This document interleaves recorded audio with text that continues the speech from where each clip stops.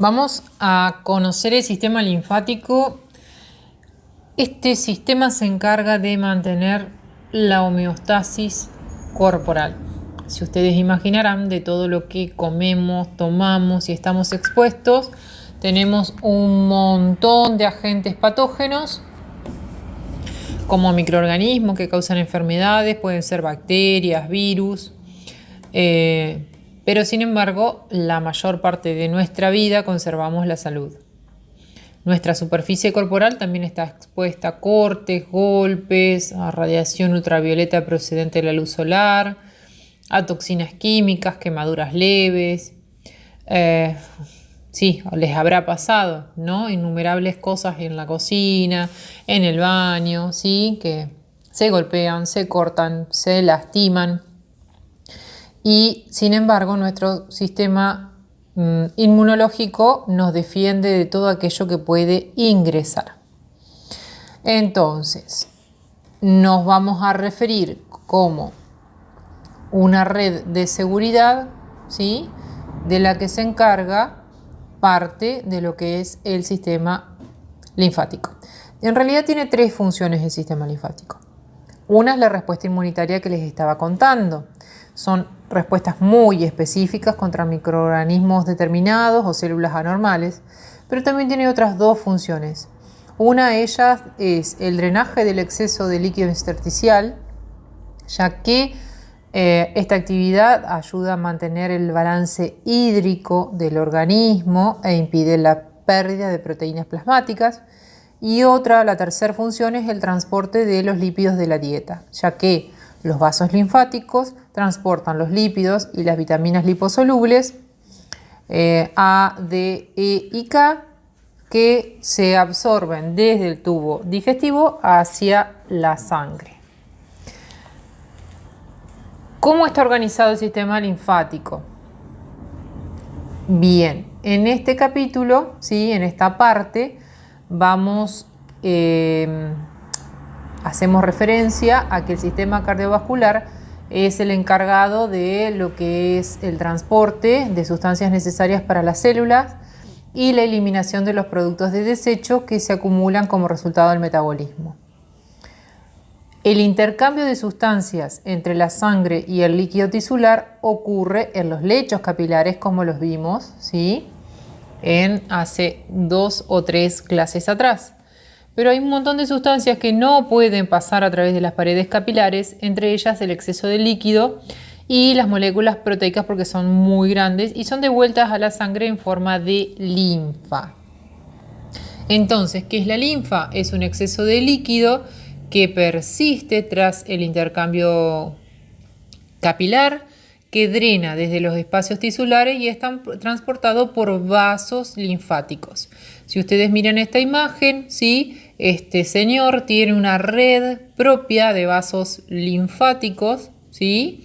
Fíjense que forman unas estructuras cerradas, no son continuas como el sistema circulatorio, como vimos que los capilares que llevan sangre oxigenada se juntan con los que devuelven al corazón la sangre desoxigenada, sino que estos son capilares que están cerrados, ¿sí? Fíjense en la imagen de la página 303.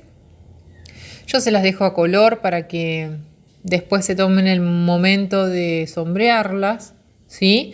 Fíjense que son capilares cerrados que van a formar toda una red que va a regresar, ¿sí? Va a colectar, drenar espacios tisulares y va a regresar a la circulación general. De este modo es importante en lo que para el sistema cardiovascular, y ambos son componentes fundamentales del aparato circulatorio. Hay, además del líquido que circula, que es la linfa, y los vasos linfáticos, que son los vasos por los que circula esta linfa, también hay ganglios, ¿sí?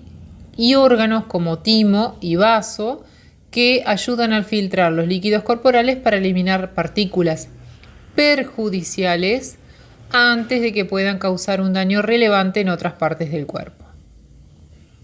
¿Cómo describimos a este líquido, a la linfa? Bien, en el texto habla que la linfa se forma, ¿sí?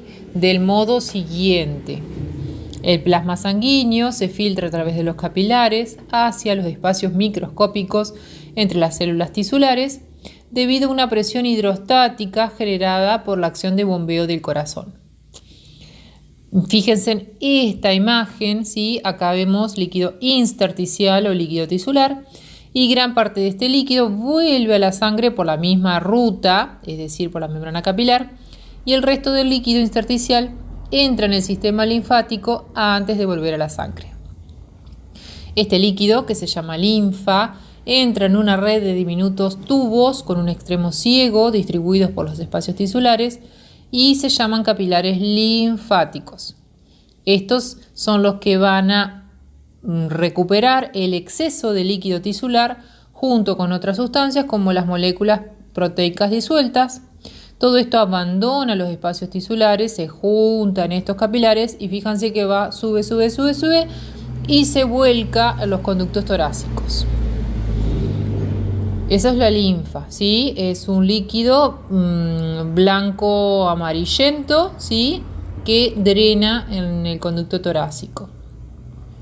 Los vasos linfáticos y sanguíneos son similares en muchos aspectos, tienen un tamaño microscópico, están formados por un epitelio, ¿sí? Pavimentoso simple, o sea, el endotelio.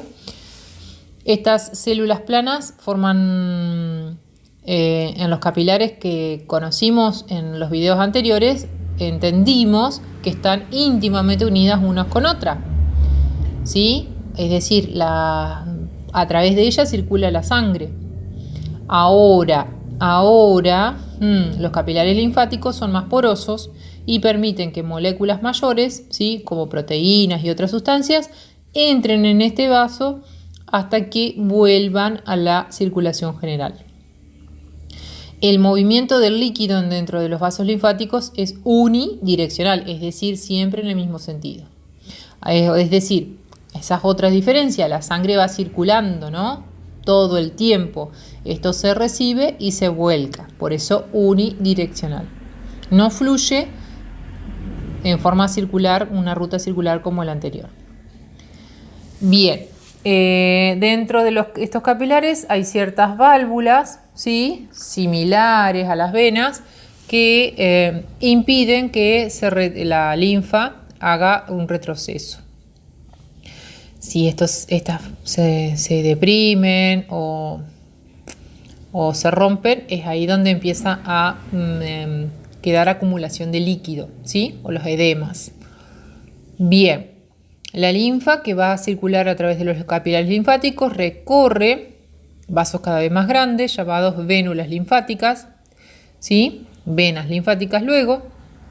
Y por último, estos vasos desembocan en dos vasos terminales grandes conocidos como conducto linfático derecho y conducto torácico, que devuelven la linfa a la sangre, ¿sí? De las venas grandes del cuello. Esta linfa, ¿sí? Va a drenar a la corriente circulatoria general y eso es lo que va a contribuir a mantener la homeostasis. Los capilares linfáticos, si ustedes se acuerdan cuando vimos digestivo, en el intestino delgado, ¿sí? Reciben el nombre de quelíferos y es, si ustedes se acuerdan que yo hice mucho hincapié, que es ahí donde se absorben los lípidos, los ácidos grasos y glicerol. Esto, producto de la digestión de los alimentos, ¿sí? Pasa a través de estos capilares y circula por esta corriente, esta circulación linfática. Hay en determinados lugares, como si ustedes lo pueden ver en la figura de la página 305, ¿sí? Todo un rosario de ganglios. El ganglio en sí está bien descrito en la página 303, hay un gráfico ahí. Yo se los voy a ir pasando, ustedes van deteniendo y lo grafican, lo dibujan, lo señalan. Los ganglios, ¿sí? Están ubicados de a grupos a lo largo del camino de los vasos linfáticos. A veces son muy pequeñitos como cabezas de alfileres y otras grandes, dice así, como grandes semillas. La mayor parte de los ganglios se disponen de a grupos, ¿sí? Que se llaman áreas. Sí, fíjense, localícenlo en el gráfico Y recuerden, si en algún momento ustedes han ido al médico y han sufrido tal vez de algún virus de gripe y demás, que le revisan justamente los ganglios que están debajo de la garganta, ¿sí? A los costados de la tráquea. Estos ganglios lo que hacen, ¿sí? es tienen una capacidad de filtración, y aparte de eso tienen tejido linfoide, es decir, hay una masa de linfocitos en desarrollo, ¿sí? que va a hacer que estas estructuras maduren, formen glóbulos blancos a una gran velocidad y estén ahí en zonas que están en contacto o zonas específicas que pueden llevar a el ingreso de algún agente patógeno. Estos ganglios, ¿sí? realizan una filtración también, un proceso en que los fagocitos van a alterar el líquido filtrado. Esto evita que haya grandes infecciones, ¿sí? locales y es decir, la linfa transcurre, pasa por el ganglio y sale la linfa como filtrada, vamos a decirlo así. El conocimiento de estos ganglios es importante en los casos de medicina, ¿sí? Por ejemplo, la red de la mama ustedes lo pueden ver en la imagen, es una red importante. Esto permite un drenaje eficiente, ¿sí? de lo que son el exceso de líquidos en el cuerpo. También los de la axila, los que están debajo de la axila, pueden llegar a inflamarse y palparse inflamados. Hay otras zonas, como los ganglios linfáticos, que se encargan de lo que es la defensa, como son el timo. Es un pequeño órgano, ¿sí? que está localizado en el mediastino. Se extiende hacia arriba en la línea media del cuello y está formado por linfocitos en un entramado de malla, ¿sí? tiene una forma de malla de fibras reticulares.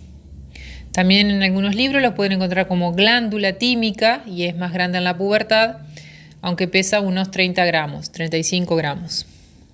El timo es un órgano que va a desempeñar un papel importante en lo que es la inmunidad del organismo. Ahí es donde maduran los linfocitos T o timocitos, ¿sí? Estos son los que son muy importantes para las defensas de nuestro cuerpo.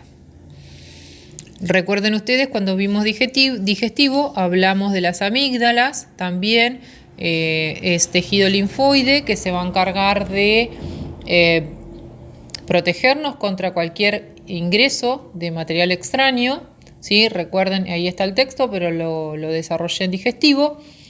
Y hay otro órgano más, ¿sí? el más grande del cuerpo, que es el vaso. Está en la parte alta del cuadrante superior izquierdo del abdomen, al lado del estómago, protegido por las costillas, ¿sí? Tiene una red muy extensa de venas, puede contener hasta medio litro de sangre y es reservorio de sangre para devolver al aparato cardiovascular si fuera preciso. Si se golpea, ¿sí? Pasa cuando hay accidentes automovilísticos, ¿sí? que con el volante se puede lesionar el vaso, produce grandes hemorragias y necesita extirparlo, ¿sí? Antes de entrar, la sangre va a entrar en el vaso, va a fluir por las acumulaciones que hay allí, que hay linfocitos, y entonces ahí también se filtra mecánicamente y biológicamente muchas bacterias y detritos. El vaso destruye los eritrocitos viejos, ¿sí? Y recupera ahí, es como que recicla el hierro de los glóbulos rojos para un uso futuro. Se puede sobrevivir sin vaso, pero solamente si es preciso extirparlo para conservar la salud general.